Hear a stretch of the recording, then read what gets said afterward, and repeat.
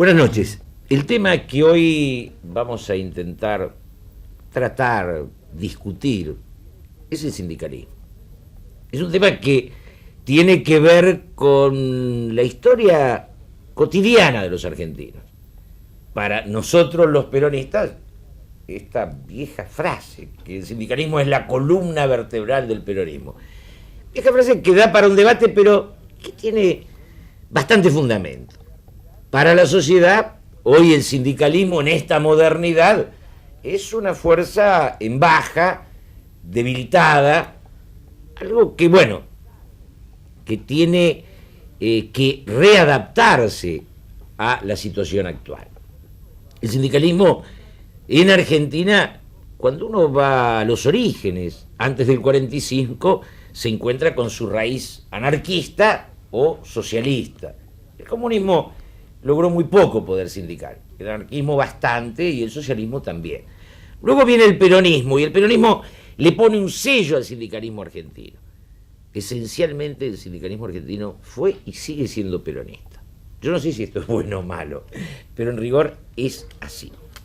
Estamos con Julio Guillán, un dirigente histórico del peronismo, y con Armando Matarazzo. Julio Guillán de los telefónicos, Armando Matarazzo de los ferroviarios.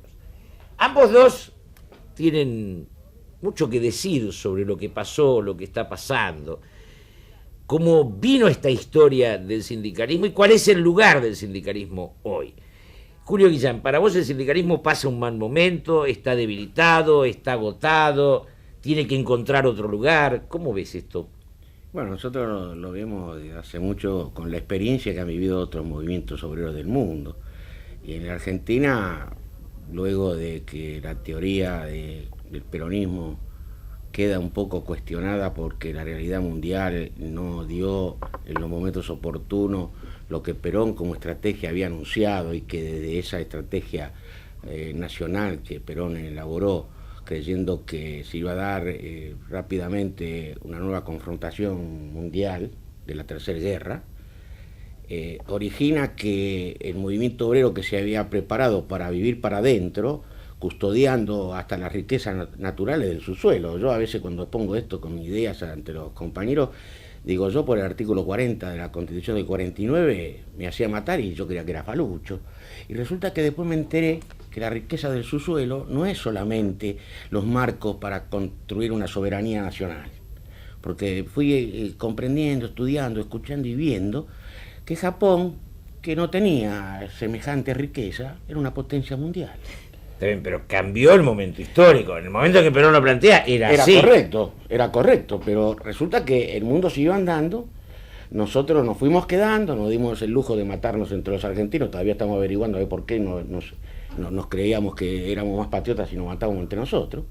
La desunión nacional triunfó frente a la caída de Perón, y tuvimos que esperar tanto tiempo para retornar al ejercicio democrático y en un marco de libertad construir el nuevo camino.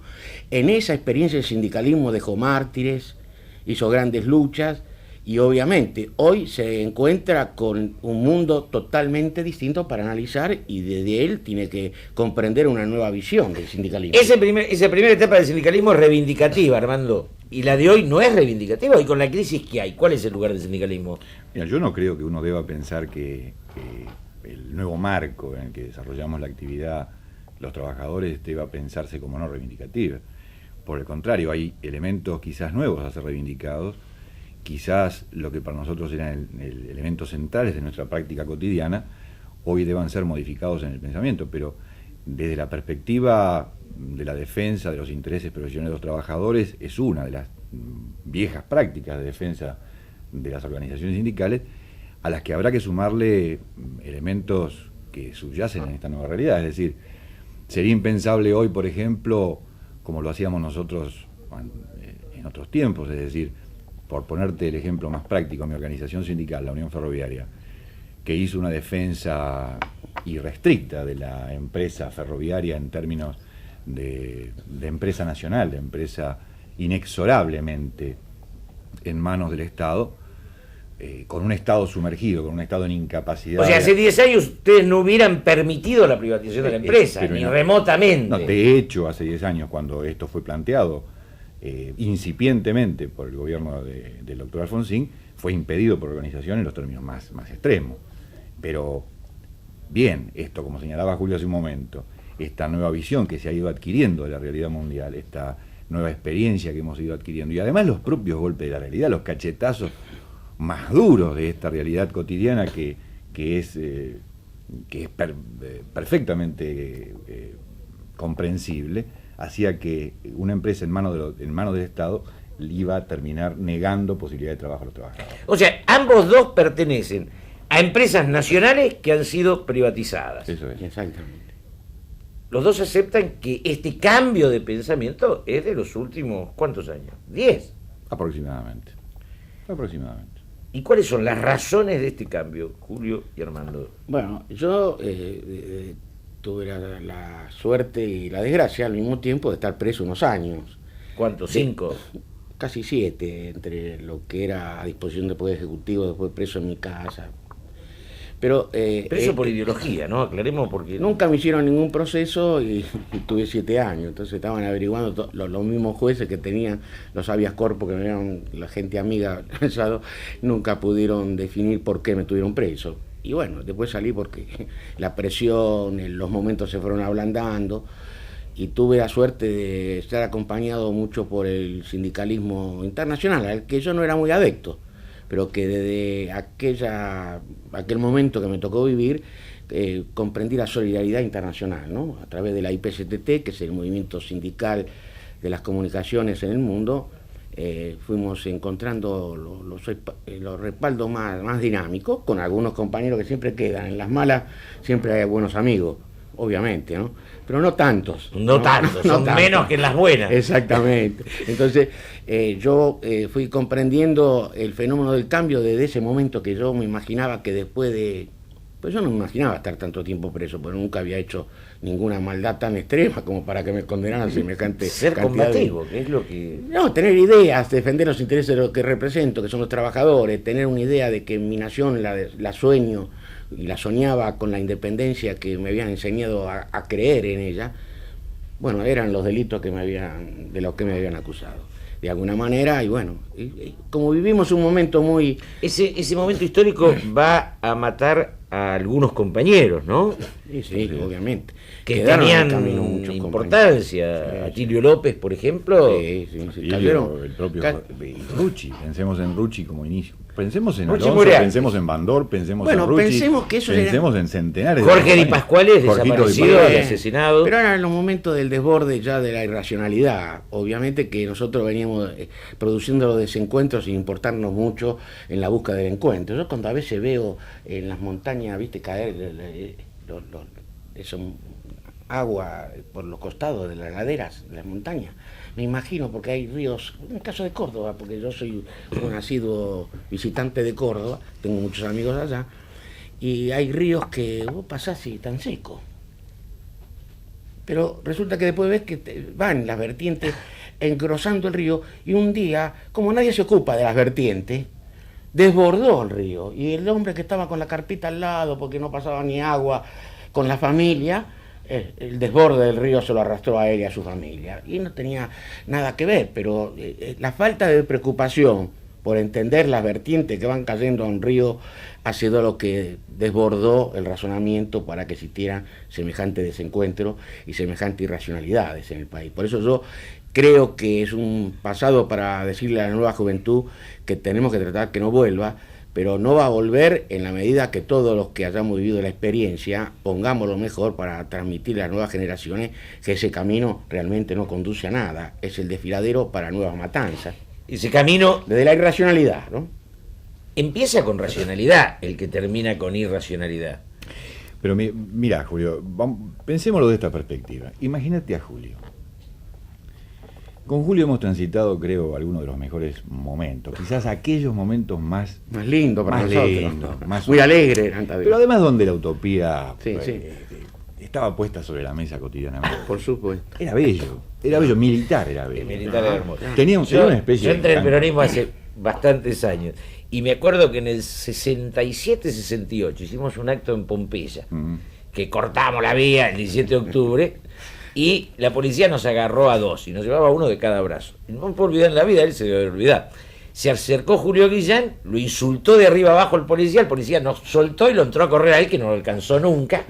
Pero era un combativo, las peleaba todas, y además era muy rápido corriendo. No, también, obviamente. Por eso estamos acá todavía. Por eso estamos... Sí. Pero fíjate, mira, en su estructura interna, por ejemplo, vos decías esto de la muerte del sindicalismo. O Dije como pregunta de provocación. Como pregunta de provocación, que es válida. Uno puede pensar que además es un desafío discutir sobre este tema, ¿no? Claro. Pero fíjate vos, la estructura de Foetra Capital, por tomar al azar, o por tomarlo específicamente la experiencia del Telefónico. Vos sabés perfectamente cómo se estructuraban los sindicatos, en base a agrupaciones sindicales. Estas agrupaciones sindicales después adquirían, en los términos electorales, un color. Por ejemplo, en el caso de Julio, fue la marrón históricamente. La marrón. Sí. Y uno se identificaba a partir de ahí. Uno cuando decía, ¿a dónde va? Y me voy a Foetra, porque se reúne la marrón. Y reunirse la marrón en Foetra, como reunirse la verde en Ferroviaria. Eran los peronistas combativos. Exacto. Ese era el espacio que ocupaba. Esto era el espacio. Este era el espacio. Porque además hay que recordar, sin negarlo, que en el sindicalismo vos decías, bueno, hubo corrientes anárquicas, hubo corrientes socialistas, hubo corrientes radicales del Partido Comunista. Radicales muy poquito. Radicales muy poco, pero existieron también. Esto hay que pensar que tenía validez. Antonio Scipione, Scipione, un hombre de Unión Ferroviaria, un hombre respetado, un hombre absolutamente discutiendo respetado. todo. Pérez Leirós era el socialismo sindical, ¿no? Exacto. Pero con esta dinámica que después adquiere con lo que vos señalabas, esta inserción del peronismo y la estructuración de una forma de sindicalismo diferente a partir del 45, adquieren fuerza estas agrupaciones, estas estructuras sindicales que se van generando. Y esta dinámica no se quiebra, porque negar que en el sindicalismo argentino existieron vertientes diferentes, históricamente, sería como negar la realidad. Es decir, por ejemplo, si uno, y esto no va ni es peyorativo, ni mucho menos, como vos señalabas antes, los combativos existieron, también existían los 8, la nueva corriente de opinión, los participacionistas, o llamados participacionistas. Esto que enriquecía al sindicalismo, hoy todavía perdura. Se está buscando los canales. Hay canales, hay matices diferentes, a partir de opciones diferentes, de ideas diferentes, pero que se siguen debatiendo en el seno del sindicalismo. La gran contradicción histórica del bandorismo. Bandor tiene un ingrediente de enfrentamiento a Perón, pero además tiene un ingrediente de voluntad de Partido Laborista, ¿o no?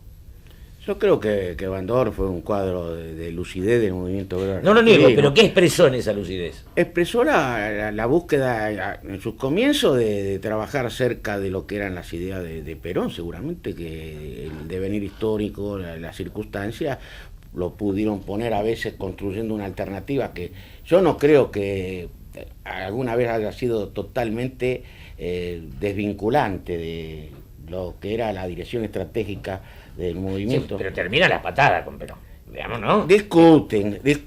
Hay una elección en Mendoza donde manda Isabel para esta confrontación. Está bien, pero tal vez eso hay que verlo y comprenderlo en el momento estricto donde Perón tuvo que mover esas alternativas, porque yo nunca creí que Bandor se imaginó que podía ser sin Perón estando él en vida. Yo creo que Bandor era un hombre inteligente. Esto no quiere decir que no discutió y que no llegó a ponerse de frente construyendo su alternativa. La madurez de Julio me parece maravillosa, pero bueno, no digo madurez porque yo estuve en Ezeiza cuando se agarraban los telefónicos con los bandoristas. Lo estaba recordando exactamente en este momento. ¿No? Es cierto. Pero eso fue un accidente de las circunstancias. Pero además esto era propio. Era una lucha en serio por ideales, ojo. Exacto, esto lo quiero pero señalar. Los ideales, por ejemplo, Bandor, que yo lo conocí, él siempre apoyó las listas opositoras nuestras.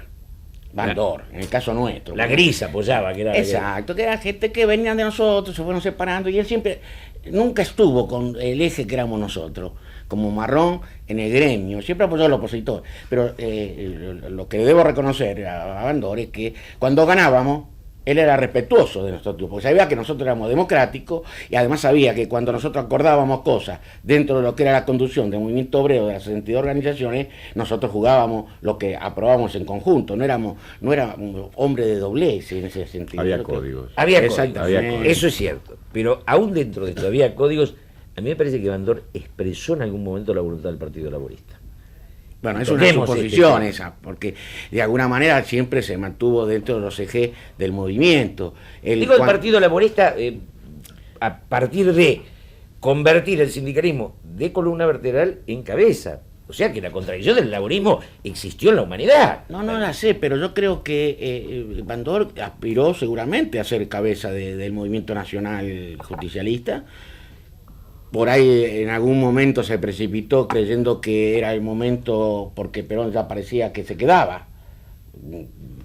Luego de la operación del año 64 aparecía eso con más realidad como para pensar que eso ocurría. Entonces él mismo ahí se decidió a lo mejor a tomar el toro por las astas y dice, oye, me voy a convertir en el liderazgo natural. Igual fue uno de los pensamientos más fuertes del sindicalismo argentino. Y hay que pensar también que en ese tiempo, en ese marco, Perón alentaba distintas fuerzas o tendencias o sectores. Estratégicamente el general en aquellas circunstancias manejó un espectro muy amplio, y uno también puede pensar, habida cuenta de la distancia, cuántos de estos elementos no subyacían aún en su propia estrategia. De hecho, lo que podemos hoy pensar, que aquellas circunstancias que dieron origen a la posibilidad de que alguien alentara una expectativa de cortarse solo, si querés, Sí. por decirlo de este modo, era porque había un poder que respaldaba esta posibilidad. Si querés, invirtiendo tu pregunta, pensemos hoy, si estaría hoy en esta posibilidad del movimiento obrero de estructurar una corriente y un poder de esta capacidad para disputar poder político como lo hubiera podido disputar en aquella circunstancia Bandor. Esto está en juego hoy. Claro, pero a mí me parece que por ahí tenemos que aprovechar más esta posibilidad que nos brinda el compañero Bárbaro acá, para hablar del presente y Por eso, la a eso me visión del refiero. futuro. Pero como es largo, digo, un poco analicemos el no. pasado, después ver cuáles fueron las alternativas, porque siempre hubo este dilema o estas dos opciones entre combativos y negociadores. Este era el gran tema que dividía. Pero eso es el ejercicio de la vida. Uno ha aprendido que eso al final está con vos como individuo. Para ser vos, estás en esa lucha permanente de tu ser, y cuando vos integras una familia también estás en la misma dimensión. Siempre hay la contradicción. Y también en la actividad social, política, cultural, empresarial, la contradicción es un instrumento casi de la formación de vida, y de esa contradicción el hombre hace la búsqueda de los acuerdos oportunos para resolver sus interrogantes personales, familiares, sociales, económicos y culturales. Entonces, también el movimiento... Lo que pasa es que cada uno después encasilla de tal manera que quiere dogmatizar. Y a veces se utilizan estos elementos. Yo digo a las divisiones históricas me refiero, ¿no? Existieron. Los de pie, digamos, cada vez que había una contradicción... Pero era momento. ¿Y por qué después nos juntábamos? Porque había un centro convocante para la reflexión final, más allá del ejercicio pleno de la libertad por querer imponer un rasgo determinado. ¿Qué expresó la Secretaría de Ongaro? Tocamos Bandor. ¿Qué expresó Ongaro? Yo creo que en aquella circunstancia el punto quizás más alto de esta conflictividad que señalaba Julio, este punto más alto de la contradicción que se expresaba entre combativos y negociadores, por decirlo de alguna manera, quedó expresada en la Secretaría de los Argentinos. Y otros elementos, algunos otros elementos, que era la suma de factores que no convergían. Es decir, los estudiantes por primera vez descubren el movimiento obrero. Y por primera vez también tocar un trabajador en aquellas circunstancias era como una especie de logro obtenido. Yo recuerdo perfectamente el hecho de que ser parte de esta CGT de los argentinos, de esta CGT casi mítica en aquellas circunstancias. 67, ¿no? 67. Año 67. Que además, si uno lo piensa en términos, fue capaz, este movimiento obrero que fue capaz de gestar documentos como los de Huerta Grande, primero La Falda, Huerta Grande, 1 de Mayo, etcétera, etcétera. Es decir, esta riqueza que se expresaba alguna vez de la mano de un sector, otros de la mano de otro, le dio esta capacidad de convocatoria, este germen, de esta capacidad de nuclear alrededor de esta columna vertebral que vos señalabas antes, y que hoy suena como lejana o como remota. Pero me permitís una Con una gran formación de los dirigentes, porque leían Pero además todo, porque era debatían, seductora, discutían. No, ¿no? pero Era ya que hiciste seductor. mención a ese momento, y ya que tenemos la posibilidad de esta posibilidad que nos brinda vos, la CGT de los argentinos surge de un momento determinado del país, la dictadura de Onganía, que parecía que se instalaba por 20 años, empobreció todo de tal manera que había una tristeza total de lo que eran las energías, aún del movimiento obrero. La paz de los cementerios. ¿te Hay acuerdas? un paro que nadie va a recordar en la historia, que es el paro del 1 De marzo. de 1967, donde el movimiento obrero, que ya venía teniendo algunas confusiones, algunos suponen que hubo algunos preentendimientos para tratar de acompañar el advenimiento de la dictadura con la caída del gobierno de Ilía, origina una quietud total porque se paró, no se levanta porque no había la voluntad para levantarlo, pero ya la gente, entre el temor y la visión que la CGT estaba media confusa en su marco de responsabilidad histórica, fracasa. Y ahí viene una quietud que adormeció. Yo me acuerdo que salíamos a Intervención de los buscar... sindicatos, Julio. Claro, la Unión intervención Ferroviaria. Metalúrgico fue intervenido, nosotros también, el Sindicato de Buenos Aires. Pero entonces cuando nos juntábamos, yo me acuerdo que la reunión de dirigentes nacionales, yo todavía en ese entonces estaba aprendiendo, el hombre de mayor experiencia, de mayor relevancia, porque venía trabajando de muchos años y que ya se había ganado el respeto de sus pares, que era Amado Olmos. Amado Olmos, yo te iba a decir. Amado Olmos fue eje de este encuentro, yo te digo, 4 personas. Un accidente que termina con la vida de Amado Olmos, que fue Cuando un tenía gran que coronar él, porque el auténtico Maravilla. secretario general de ese momento de la CGT, que Era a lo Amado mejor no se producía en la división si vivía. Los hombres no son imprescindibles, pero son necesarios en la oportunidad. Creo que Amado Olmos hubiera sido necesario porque Amado Olmos, aún discutiendo mucho con Bandor, también tenía la capacidad de la negociación global para mantener el sentido de la unidad del movimiento obrero. Al morirse él, quedamos nosotros, que éramos uno, porque lo que decidimos la acción fue 4 personas. Ricardo de Luca, Lorenzo Pepe, Amado Olmos y yo. Bueno, un día nos sentamos, ¿qué hacemos? Eran jóvenes, estamos hablando de hace Sí, sí. Sí, claro, la década del 60. ¿Sí? 30 años. ¿Qué hacemos frente a este cuadro? Porque nosotros no nos resignamos, nosotros no nos gustaba que se derrotara un gobierno, aunque no había sido una procedencia popular, auténtica, el de Ilía, porque se hizo con la proscripción del peronismo. Tuvimos un respeto por Ilía, por su presencia republicana, un hombre sano, hasta que se agotó cuando Perón quiso volver y ellos se movieron con Ortiz, el canciller, para hacer una negociación con Brasil para impedir el retorno de Perón, cuando Ilía se lo había ofrecido, cuando quería volver Con Zabal la Ortiz. puerta abierta. Zabal Ortiz se movió, y entonces desde ahí nosotros ya empezamos a aflojar, que aunque hubiera sido un gobierno surgido del apoyo minoritario del pueblo, la imagen de Ilía daba como que podía ir constituyendo el renacimiento de un reencuentro nacional con toda la fuerza. No se llegó a hacer. Y el golpe de Onganía nace la Nace CGT de los CGT argentinos. argentino. Ahí viene Ongaro, porque Ongaro viene recién de retomar su gremio, y un hombre que venía con una historia también de militante peronista. Nosotros estuvimos de acuerdo que pudiera él ser el representante, porque nosotros también podíamos haber disputado la conducción, pero nosotros nunca tuvimos, no me hago el grande ni nada, así que nunca tuvimos enfermedades por la vanidad de figuración.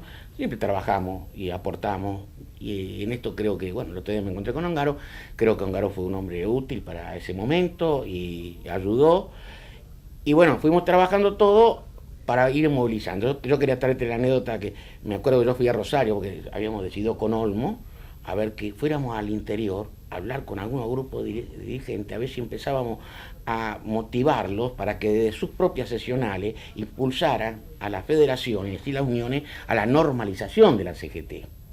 Porque estaba muerto, el prestigio ya había muerto con Prado, secretario general, y el momento histórico se había consumido al movimiento obrero. Entonces Olmo mismo fue el que tuvo el ingenio de decir, bueno, mira, acá, porque teníamos distintas ideas, nosotros queríamos a lo mejor salir a pelear aunque nos mataran al otro día, pero Olmo con más facilidad de entender el fenómeno, dijo, no, mira, acá lo que hay que tratar primero que nada es recuperar la imagen del movimiento obrero. Tenemos que recuperar la lealtad que tiene que tener una conducción que sea comprendida por los trabajadores. Entonces, desde ahí podemos ir haciendo el proceso. Además había una famosa orden de Perón en ese momento de sencillar hasta que aclare, ¿no? Con esos conceptos que... Así es.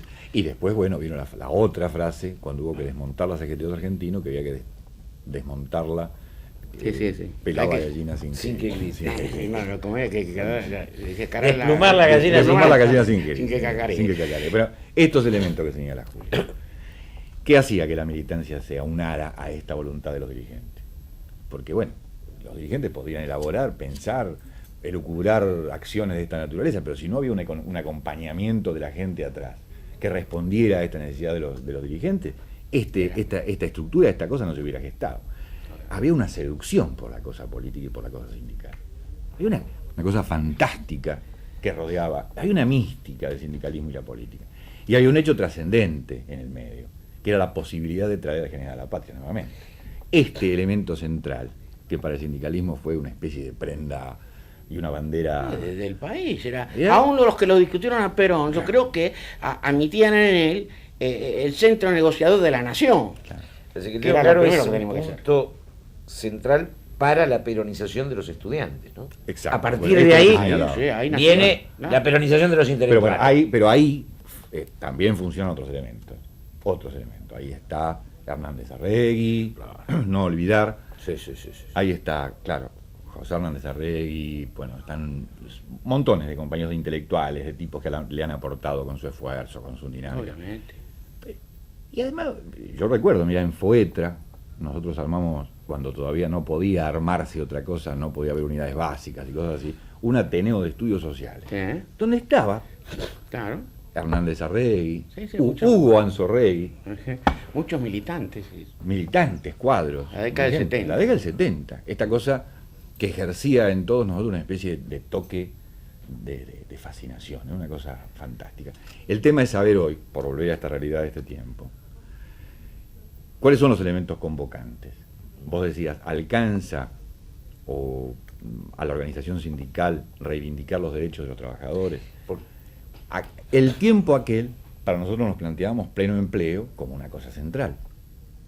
Claro, era otro mundo, era otra realidad, ¿no? Entonces hoy, frente a la automatización, la robotización, empresas altamente eficientes como se suponen deben ser, frente a mermas de dotaciones de personal en forma casi dramática. En esto podemos armar, ya empezamos a conversar sobre Entonces, la realidad yendo actual. al pasado, vemos el sindicalismo, los troncos socialistas y anarquistas, Por supuesto. aparece el peronismo, y ahí marcamos como Bandori y Ongaro como dos elementos claves de dos etapas distintas del movimiento sindical peronista. Para mí Amado Olmo fue el gran pensador, el que abre en la etapa de Onganía, y bueno, la muerte de Amado es lo que frustra todo un proyecto de más riqueza, ¿no? Sí, yo creo que sí. Al lado de ellos, bueno, no olvidar, estaba Miguel Gacera, estaba...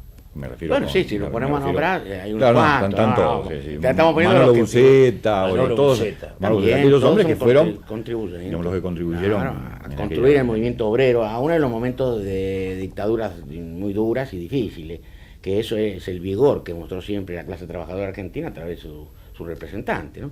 Y creo que esta etapa nueva la tenemos que ir viendo, y yo decía, porque empezamos la conversación de cuando yo estaba preso, porque yo me imaginaba que después de todo no iba a encontrar el país que yo había dejado, ¿no? Porque después de tantos años de preso, uno se imagina que por algo tantos años tienen preso. Algo pasa como que va a imponer una nueva regla de juego, tanto en el quehacer nacional, y en ese momento, aunque no teníamos mucha información, porque ese momento para estar preso era difícil, no era tan fácil. Es decir, que vos tenías... Cuando cayó ya Isabel, se endureció todo, también la política carcelaria, porque hasta ese momento tenían biblioteca por pabellones los presos. Yo leí libros hasta que se cerró todo el circuito que no había leído en mi vida adentro, ¿no? Porque es verdad. No, porque eso a veces no se valoriza. La democracia parece una estupidez. No, cuando hay democracia Aburrida, hay posibilidad ¿no? de que aún la vida en las cárceles se pueda hacer mucho más alegre. Y cuando vino el proceso dictatorial, endureció, porque ya venían a ayudar a reformar al que sufre las cárceles.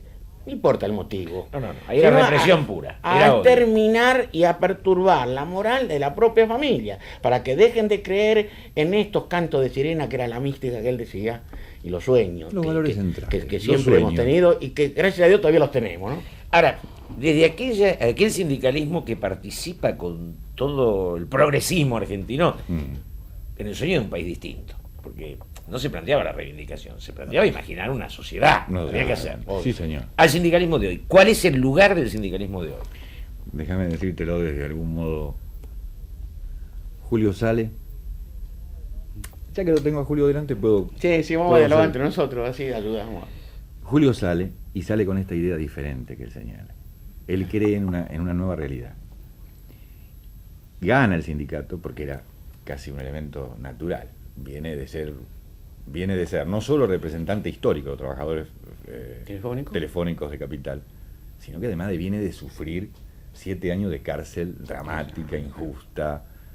Y dura. Como injusta y dramática es para todos los compañeros que Todos, estuvieron. obviamente. estoy hablando de No Julio, para estoy especialmente hablando- a mí. no, para vos. No, por supuesto. Por supuesto.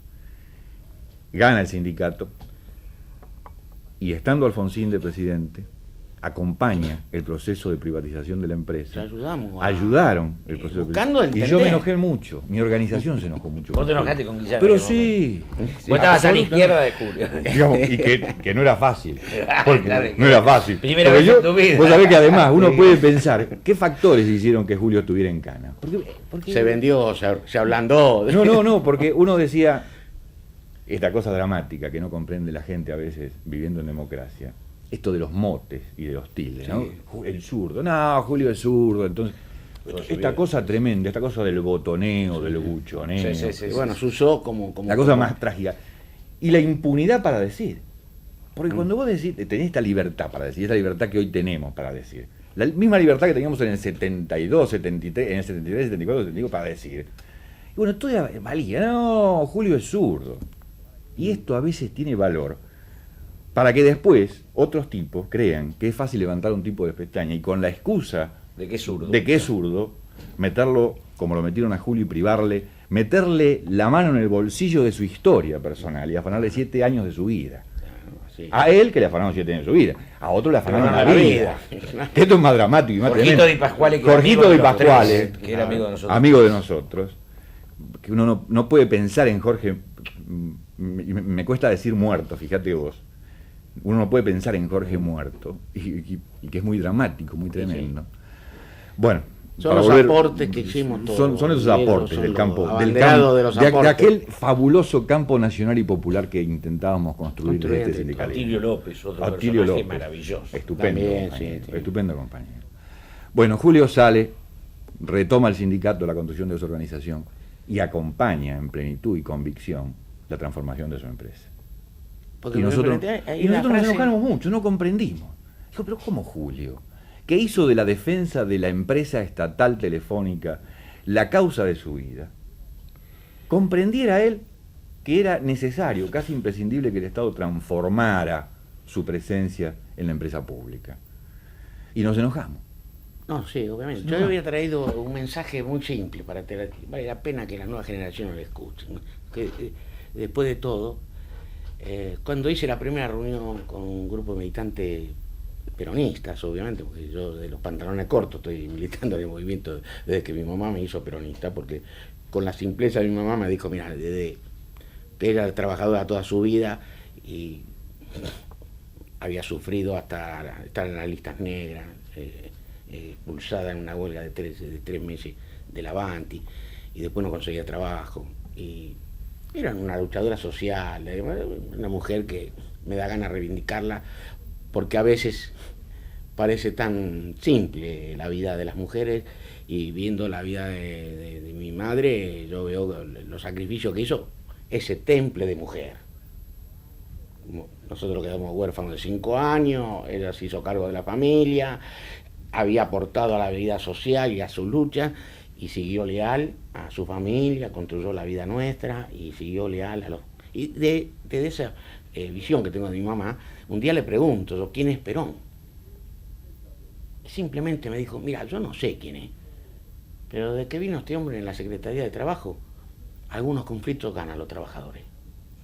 Mira qué simple fue hacerme peronista, para no hablar de la filosofía, de los pensamientos tremendos, que son la búsqueda de la perfección humana, pero ella con esa simpleza me hizo peronista. Y yo había vivido todo lo que habíamos vivido todos, lo que son como contemporáneos de ese momento, y cuando salí traje la frase que para mí era realmente mi decisión personal, porque yo también luché para ordenar mi psiqui cuando estaba preso. Yo digo, si hay esta tremenda injusticia, tenés dos opciones. Y bueno, busco a ver quién es para mí el más responsable, me agarro 2 granadas, también me hago bonzo yo, pero extermino al que me parece el mayor responsable de que lo que había afectado a uno y a la familia de uno, al margen de los intereses globales de la política y de la acción social, porque vos adentro pensás eso. Sí, bueno, esta es una cosa que tiene que resolverse de alguna manera. Y como tuve tanto tiempo, tuve tiempo de madurar, de ver, de escuchar y de leer algunas cosas que me transformaron. Yo leí 2 cosas que me impactaron mucho, en el sentido de que no quería eso para mi pueblo, en la medida que yo pudiera ayudar. Había leído novelizadamente la historia de Irlanda del Norte, 500 años de lucha, los apellidos de las mismas familias, teniendo las mismas fines. Tremenda la confrontación, sin encontrar salida, porque hasta hoy yo me alegré cuando escuché que parecía que se sentaban con Inglaterra a acordar también. Exactamente. Entonces me alegré porque yo había leído la historia. Entonces yo cuando veía 500 años en esa alternativa, muy difícil. Entonces yo soñaba que eso para mi pueblo no lo quería, también ya desde adentro de la cárcel. Entonces, a partir de esa lectura de la experiencia, y después de ver también algunas versiones de cómo venía el mundo, todavía no había caído el muro de Berlín, pero existía. Y también era una mortificación de la humanidad, que existía un mundo semejante, un cerco semejante para mantener separado a la especie humana. Es una cosa que era... Entonces esas cosas me fueron dando la razón de que, aún con mis razones para tener derecho al odio, y también derecho a buscar al enemigo esencial, me ganó la idea de que eso me iba a hacer un ser resentido, que al final no iba a servir ni para mí, ni para mis seres queridos, ni para mi pueblo, si para alguna cosa le sirvo a mi pueblo. Entonces usé la frase, desde el dolor venimos a construir el camino de la esperanza. Es desde ahí que empezamos a ver con más libertad, porque había resuelto mi intimidad yo. No porque alguien me vino a decir, yo me la había resuelto. Entonces yo digo, si para algo sirvo es para que esta experiencia que acabo de vivir, yo ayude de alguna manera para que no se repita. Este gran desencuentro nacional, este gran desencuentro de la convivencia, que yo siempre he creído en eso, pero me he peleado mucho, porque también yo tengo mis pasiones, obviamente, las tuve que sofrenar, y a partir de ahí empecé a comprender. Después vino la caída del muro, vino la caída del comunismo, y todo eso me puso en vigencia para saber que también nosotros, desde mi entendimiento, habíamos cumplido un ciclo determinado, que no fue fácil explicar, porque yo le fui diciendo la verdad a mis compañeros trabajadores que me habían elegido, y buscábamos aún con Alfonsín ver las formas más adecuadas.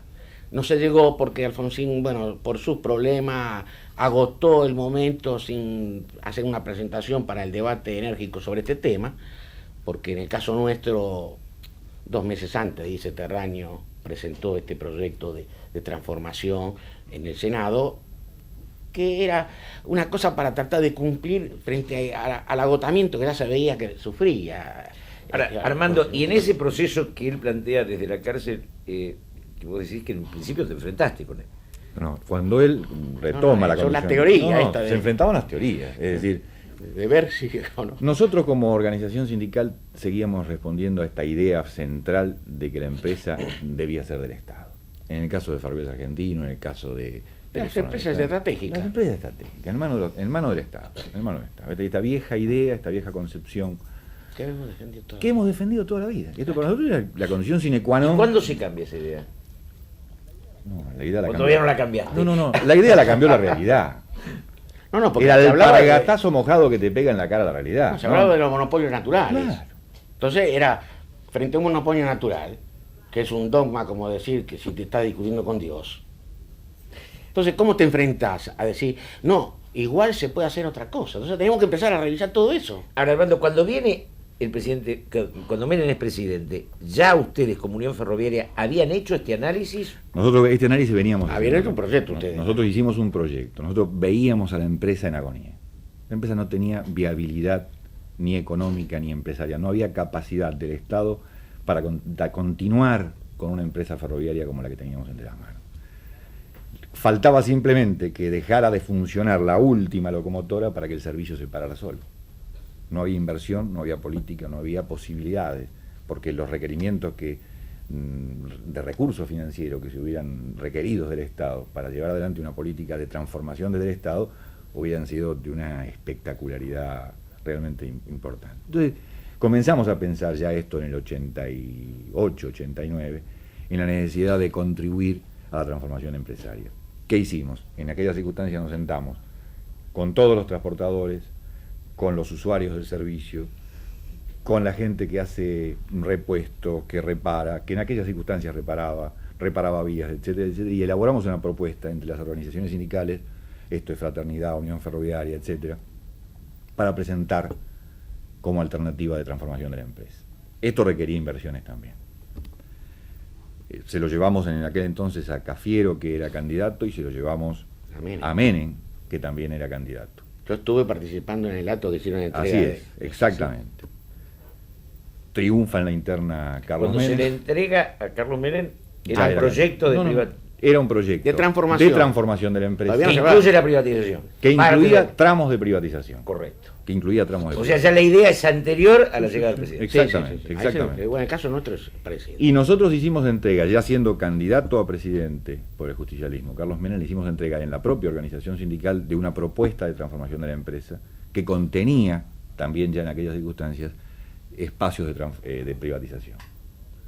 Es decir, no nos sorprendió, empezábamos a comprender lentamente esta necesidad. Y en esto hicimos casi un punto de contacto con Foetra. Ahí ya no tenías más diferencias. No había más diferencias. No, y nosotros hicimos lo mismo, hicimos un proyecto porque nosotros veíamos la transformación y le queríamos dar el tono de que algo tenía que ver nuestra historia y queríamos una transformación que permitiera que los trabajadores estuviéramos también en la conducción de lo que iba a ser la transformación. Entonces hicimos un plan que se denominó CONACON, que era un plan integral que lo habíamos elaborado no solamente los trabajadores de base que yo representé históricamente, sino con la buena relación con los profesionales de aquel momento, con las energías de los personal jerárquico. Habíamos hecho un encuentro para hacer un plan seriamente organizado y además habíamos hecho un plan quinquenal para el área nuestra, para dar una salida con la transformación y con la dinámica de los trabajadores también, porque esta ha sido nuestra línea histórica, ¿no? Siempre hemos querido la participación de los trabajadores en las decisiones. Ahora, ¿esto implica que el Estado no puede tener empresas propias? ¿Hay una raíz ideológica en esto o que hay empresas que se pueden privatizar? Esto puede ser una larguísima discusión. Y claro. Es muy arduo discutir esto. Porque hay países que tienen empresas en Francia, digamos, las empresas del Estado andan muy bien. Están quedando algunas, se están privatizando algunas. Algunas se privatizan, pero las que posee el Pero Estado... Francia no es un ejemplo, porque Francia es Francia.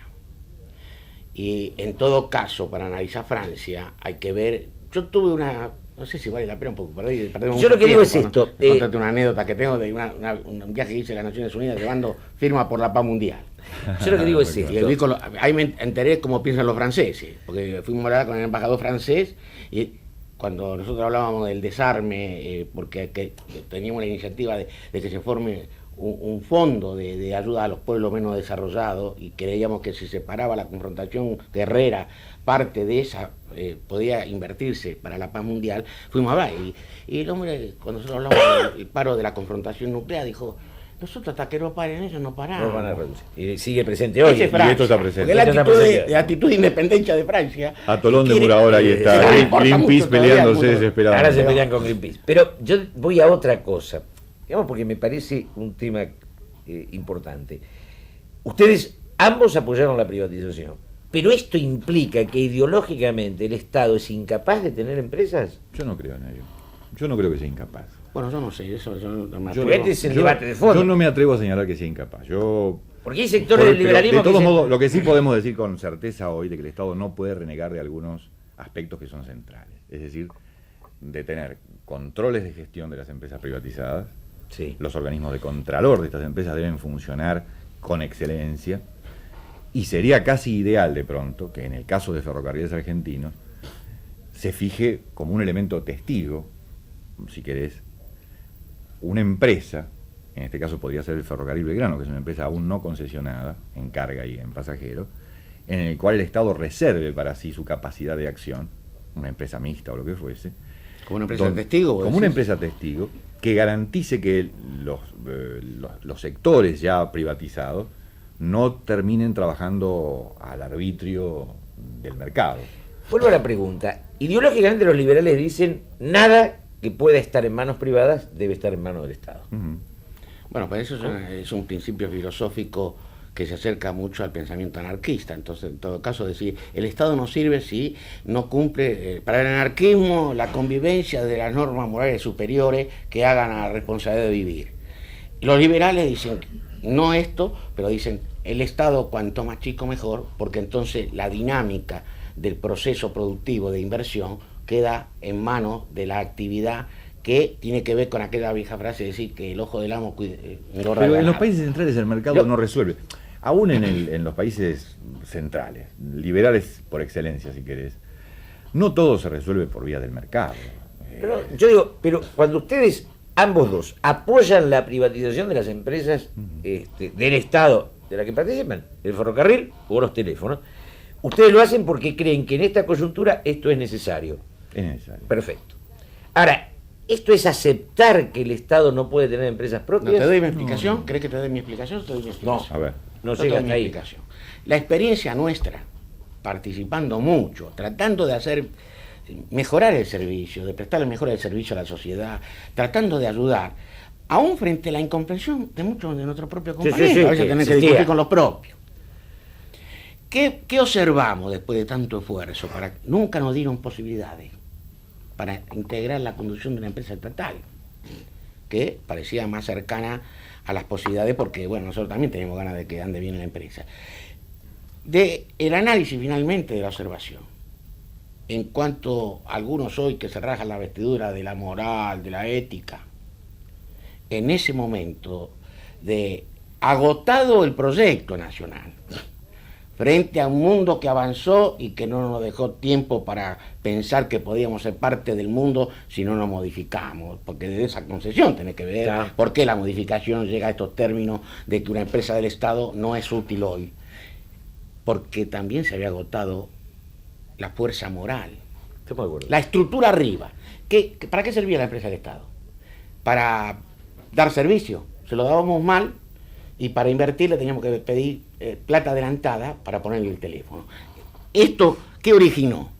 Que entonces la empresa del Estado se convirtió como un gueto de la relación con el poder internacional, que era lo que venía a vender la Yo lo que producción. coincido es que por ser del Estado no era de la sociedad. O sea, que la gente sentía que teléfonos, ferrocarriles eran del Estado, pero que no eran de ellos, porque el Estado había dejado de ser la nación. Tu tesis, en lo que dice Julio, vos coincidís. Mira, vamos a tratar de resumirlo, Julio.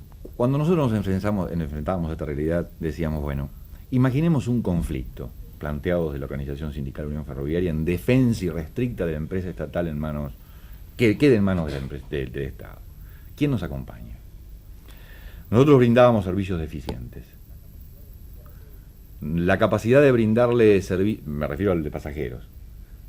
El de carga llegaba cuando podía y como podía, porque las máquinas dejaban de funcionar a medio recorrido, nuestra capacidad de reparación estaba menguada, los recursos para esto estaban menguados desde el propio Estado, y además lo que es más grave, desde el año 58, 59, 60, una campaña feroz en contra de los ferrocarriles en manos del Estado, había como degradado esta posibilidad.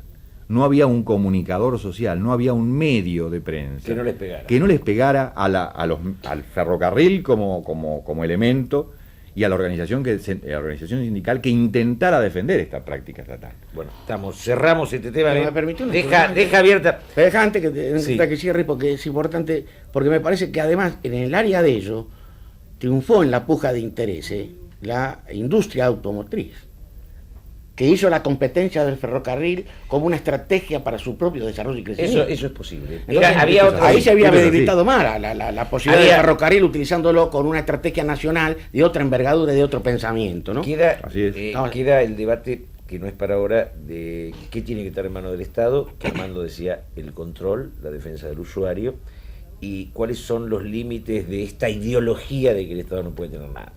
Pero un poco para cerrar, porque se nos acaba el tiempo, ¿cuál es el lugar del sindicalismo hoy en esta nueva sociedad? Yo estoy hablando con mis compañeros porque creo que esto es nuevo y hay que ir cimentando a las nuevas generaciones la búsqueda de ese nuevo sindicalismo. Le estoy diciendo, para hacer una simple deducción y no explicar demasiado, el sindicalismo de la complementación. Y te explico rápidamente.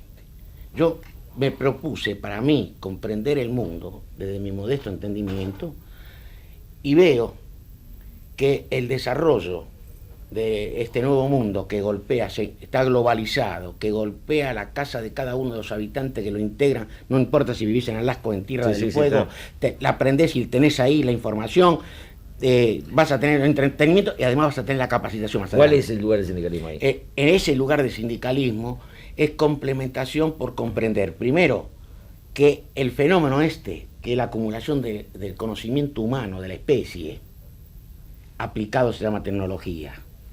Esto lo han vigorizado más los sectores de la cultura más avanzada y los sectores del interés empresarial, que aún desde el egoísmo han impulsado este mundo que hoy tenemos. Nosotros ahí tenemos que complementarnos. ¿Cuál es para vos el lugar del sindicalismo hoy? El de siempre. Para mí, exactamente el de siempre.